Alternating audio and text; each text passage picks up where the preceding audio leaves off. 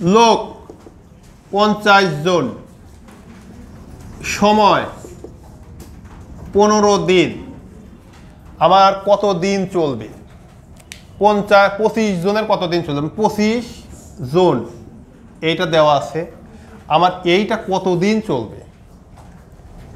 দিনটা আমাদের চাইছে, তাহলে আমি দিনটা লিখবো ডানে, সর্বডানে। লক্ষ্য একটাই, যেটা চাবে সেটা আমি ডানে লিখে দেব। আমি যদি সেইভাবে লিখি যে ছাত্রাবাসে 50 জনের খাদ্য চলে 15 দিন, কথাটা এরকম। এখন কথা হচ্ছে যে ছাত্রাবাসে একজনের, এখন খেয়াল করো 50 জন মিলে খাদ্য চলবে। এখানে একটু খেয়াল রাখবা, এখানে একটু গ্যাপ রাখবা, দিন এই জায়গায় দিন লিখে দিবা। এখন খেয়াল করো যে আমার একজনের 50 জন মিলে খাদ্য চলে হচ্ছে 15 দিন, তাহলে একজনের অবশ্যই কম হবে না বেশি হবে তার উপরে ডিপেন্ড করবে। একটু ওইখানে আগে লিখবা না, ছাত্রাবাসে এইটার থেকে এটা কম অবশ্যই, 50 থেকে তো এক অবশ্যই ছোট কম, কিন্তু এইখান থেকে এখানে আসছে 25 জন। তাহলে বিষয়টা এরকম হবে যে 15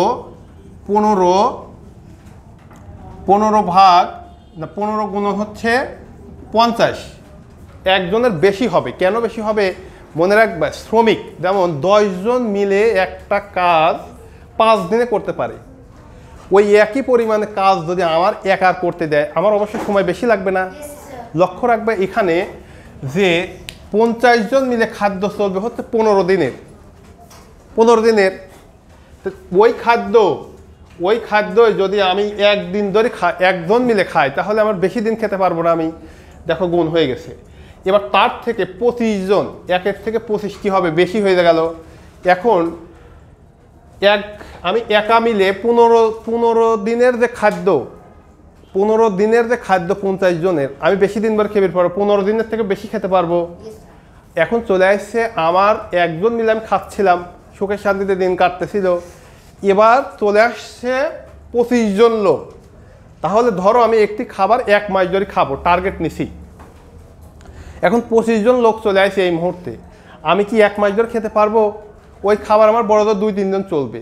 এখন কি বুঝতে পারলাম যে মানুষ বাড়লে মানে লোক সংখ্যা বাড়লে আমার দিন কমে যাবে, খাদ্য কমে যাবে। লোক কমলে দিন বাড়বে, সময় বাড়বে।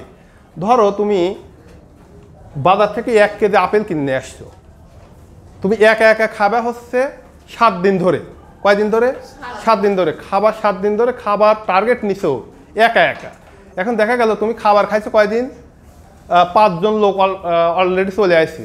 চলে আসার পরে ওই 7 দিন কি তুমি খেতে পারবা? 2 দিনে শেষ হয়ে যাবে। তাহলে আমি লিখতেই পারবো যে 15 গুণন 50, এটা তো বেশি সময় ছিল। এখন 25 দিনে তো আমার সময়টাকে কম হয়ে যাবে। কম হলে কি হয়? ভাগ হয়ে যায় 25।